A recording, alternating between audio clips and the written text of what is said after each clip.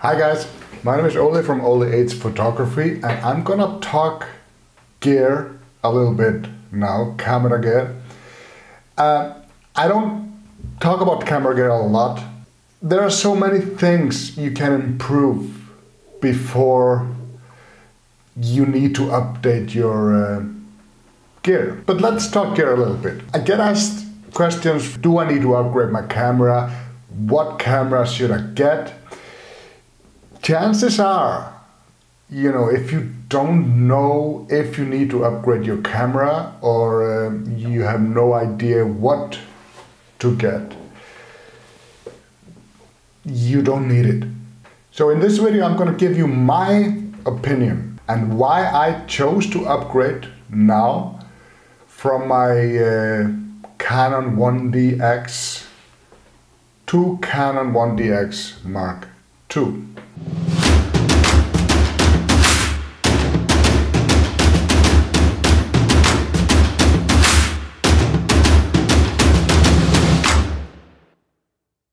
You see, camera manufacturers, they have a lot of cameras in their lineup, and it's a huge price range, and that is actually for a reason.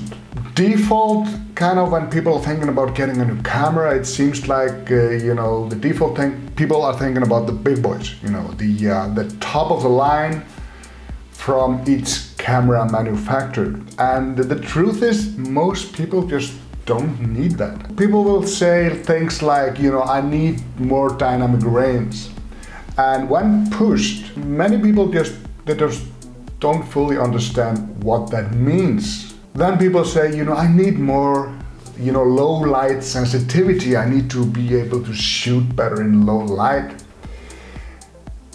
And some of them, don't even know how to shoot manual, never really done that. So even with the top equipment, their low light stuff is just not good.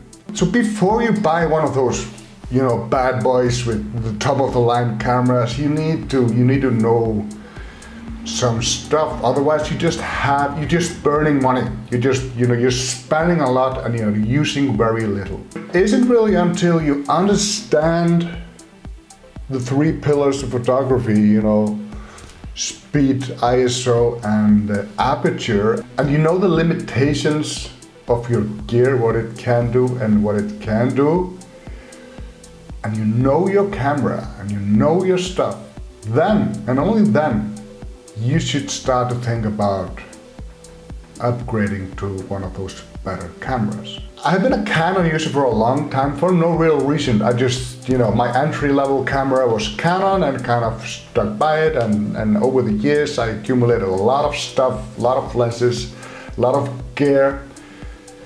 So I never really felt the urge to switch brands.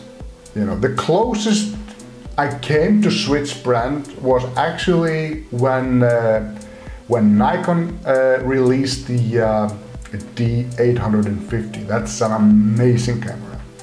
But here I'm mostly talking about Sony and Canon. My big reason for the upgrade was video. And really, Nikon just does not have a dog in that fight. First of all, mirrorless. Mirrorless does nothing for me. Mirrorless is no magic word for me. It's like, I'm not gonna switch to mirrorless just because to go mirrorless. It's ridiculous.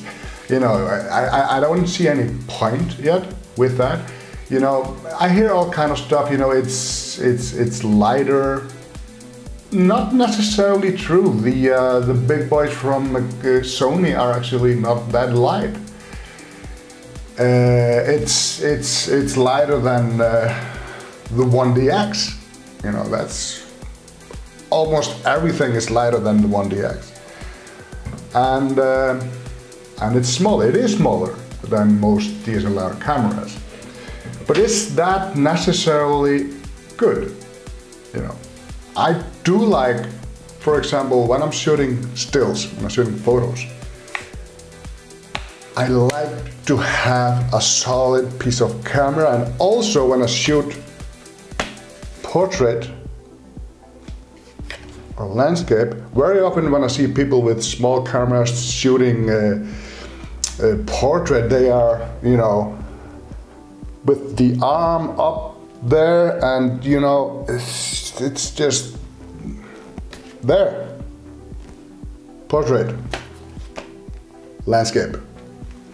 And also in video, you know, to have a solid, you know, a little heavier camera means it's more stable if you're shooting handheld.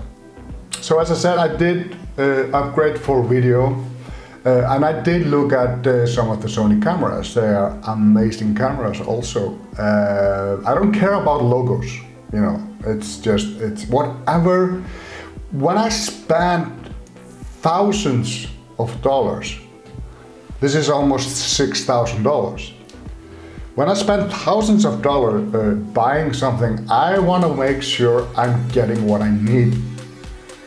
I do research, you know, online. I ask people who are working in the field what they think, you know, people that know more than me. Having a camera and a YouTube channel does not make you an expert on the subject. So I want to be able to find people that I can trust for this. The reason why I upgraded to the Canon 1DX Mark II, well, it was mostly, like I said, for video. In weddings, it was a little loud, you know. It's an understatement of the year. It's very loud. It's like, it's very loud. That has improved in the new camera. It's still a little loud, you know. Mirrorless cameras are much more quiet. You can even hear them. So that's a definite plus for the mirrorless stuff. Also, if I remember correctly, the dynamic range of the old 1DX was 11 point something. Now it's 13.5, which is quite an improvement. Also, because of video, the old 1DX did not have autofocus, which is something I use for things like this, you know, when I'm talking, and it's just a very, very convenient thing to have. So I picked Canon because I have the lenses. I have a lot of lenses, and yes, I know I can get an adapter ring, pretty good one, but that's really just for photos. For video, well, at least for the autofocus thing, it doesn't work. And I also said the dynamic improved 2 stops about. It's 13.5. The Sony A7R II is 13.9, a little higher. But I have seen some comparison, you know, videos from those two cameras, and I do struggle to see any difference. However, there is a new Sony now, A7R III, and I read somewhere online that the dynamic range there is 14.8. That's amazing. So Sony wins clearly the dynamic range. You know, it's better. But that alone wasn't the deciding factor for me. The 1DX is strong, and it does take a beating. Believe me, I tried that with my old 1DX, bounced it to the wall, wet with seawater, you know, dropped on the floor. It took a beating, but it never, ever failed. The dual pixel autofocus system, and just like the focus system in whole, is amazing in the 1DX. And you know, no other manufacturer even comes close to that. And that's a huge factor. Low light performance, Sony takes the price there. It's just better in low light. You can just, yeah. But the 1DX is pretty damn good, you know, but the high-end Sony's camera are better. In video, the colors, the skin tone, just the colors from the Canon are better than on the other compatible cameras like the Sony. Few people actually deny that. Also, the slow motion, the 120 frames per second slow motion is just smoother, it's just better in Canon. I'm not saying that the 120 slow motion and color is in the Sony is not good, it's great, but the 1DX is just better. So these were my preferences. You know, this is why I upgraded, and these are the reasons I picked Canon 1DX. And I'm, you know, not saying that any camera is better than the other. It's a matter of preferences. What are you going to use your camera?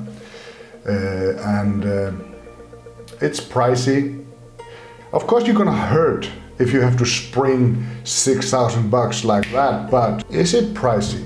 You know, you're getting a lot. It's not exactly a consumer camera, it's a professional tool. So with that in mind, you know, just ask yourself before you go and buy one of those high-end cameras, the top dogs in each camera manufacturer. Do you need it? Do you really need it? Or could you go somewhere half the price? The competition in this is crazy, and that's kind of great. You know, it's great to be a photographer in this time. The choices are, there's so many choices, and every choice is just good.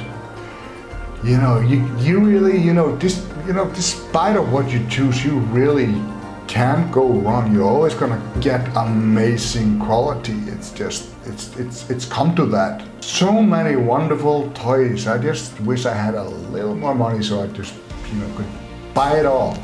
So I hope you enjoyed my little video on why I bought the 1DX Mark II. Don't be too influenced in what other people say you need. Write down your preferences. What do you need? And then take a look at all the camera manufacturers. I've just talked about Canon and Sony. There's Nikon, there's Fuji. There's a lot of cameras out there. What camera is you? Please subscribe to my channel. It helps. If you like that video, like it.